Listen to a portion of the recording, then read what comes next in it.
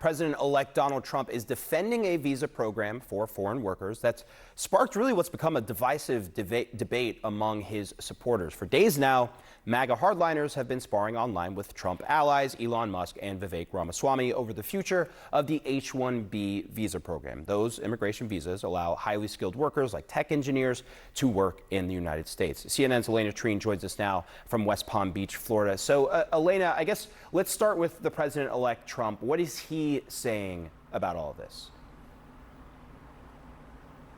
Well, Omar, we did hear him weigh in on the side of Elon Musk and Vivek Ramaswamy this weekend, defending the H-1B visa program, as you mentioned, the program that allows highly skilled foreign workers to come and work in the United States. This is what he told the New York Post over the weekend. He said, quote, "I've always liked the visas. I have always been in favor of the visas. That's why we have them." He went on to say, "I have many H-1B visas on my properties. I've been a believer in H-1B. I've used it many times. It's a great program." Now, just to be clear here, Donald Trump was talking about H-1B visas, obviously, in this quote, but our colleagues actually dug into the data with the Department of Labor and found that most of the foreign workers at Donald Trump's properties are here with H-2B visas. Those are, allow for jobs like landscaping and hospitality. But all to say, the reason this is so notable is because, one, as you mentioned, this issue over H-1B visas and whether or not there should be more highly skilled foreign workers in this country, as Elon Musk has been calling for,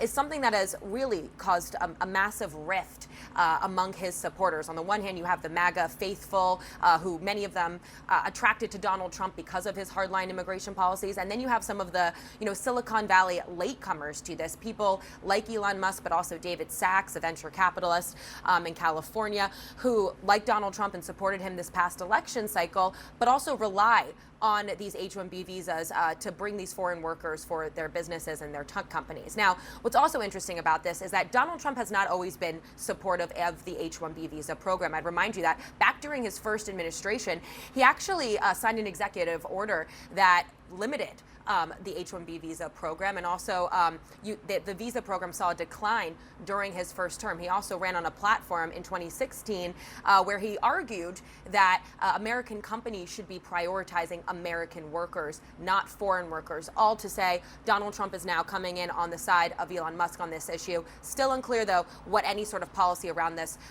could be once he is actually in office. Omar? Yeah, we will see. Elena Treen, thank you so much. Rahel? All right, Omar, thank you. And joining us now is Democratic Congressman Raja Krishnamoorthi of Illinois. Congressman, great to have you this morning. Welcome. Thank you, Rahel. I want to pick up where my colleague Elena Treen left off there. These new comments over the weekend from President-elect Trump on the H-1B program. He said, look, he supports these visas. He has used it many times. They're great. Your reaction, Congressman? I actually agree with him. I think that this H-1B program is an essential component of maintaining our competitiveness. I happen to be the ranking member of the committee charged with trying to win the competition against the Chinese Communist Party. We can't win that competition unless we retain, attract, and get the very best talent from around the world. That's our number one killer competitive advantage as a country. And so we have to improve that. I want to speak, I'm glad you mentioned the competitive nature of the relationship with China. I want to actually turn now to Trump's threats to the Panama Canal. Here's what outgoing Senator Ben Cardin had to say about it over the weekend. Take a listen. I don't know what the president-elect is saying in regards to how sincere he is, but I can tell you it does raise questions globally as to whether we're a reliable partner. And it really feeds in to Russia and China appeal to other countries as to whether they need to make alliances with Russia and China, whether America will be there for them globally. I mean, it's a pretty strong statement. I mean, do you agree that these threats make the U.S. look like an untrustworthy ally in a way that it could ultimately benefit countries like China and Russia? Yes, absolutely. Part of maintaining our deterrence against the CCP or Russia or other adversaries in terms of deterring aggression by those countries is binding closely together with our friends, partners, and allies. So when we push them away, we are reducing our deterrence and inviting aggression. We're also creating openings for our adversaries to then grow closer and to take advantage of our rifts with our friends, partners, and allies and reduce our kind of deterrence and basically harm our national security. At the same time, though, I mean, Trump's point is that the fees are exorbitant, and the fees vary. They can range from a few dollars to a couple $100,000. Should there be, Congressman, a revisiting of those fees and how they impact Americans? Sure, and we can do that in the context of not saying things like, we're going to take back the Panama Canal. Remember, this is a transfer that happened that was ratified by the U.S. Senate. It actually happened under President Jimmy Carter.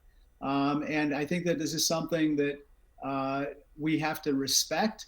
And at the same time, we have to maintain our national security. We also want to maintain cordial relations with countries like Panama that maintain a very important waterway for our commerce. Yeah, on national security, that sort of brings me to TikTok. Trump is obviously urging the Supreme Court to pause the controversial ban on TikTok. It's supposed to take effect next month. TikTok says it doesn't want to divest. Obviously, Congressman, there are Americans, a lot of Americans, who make a living using the app. You say this is about ByteDance. This is about national security. But if TikTok doesn't sell, you support this ban, this divestment, what do you say to those Americans? I think that they should actually ask TikTok and ByteDance to get the move on and make sure that ByteDance does divest itself of TikTok.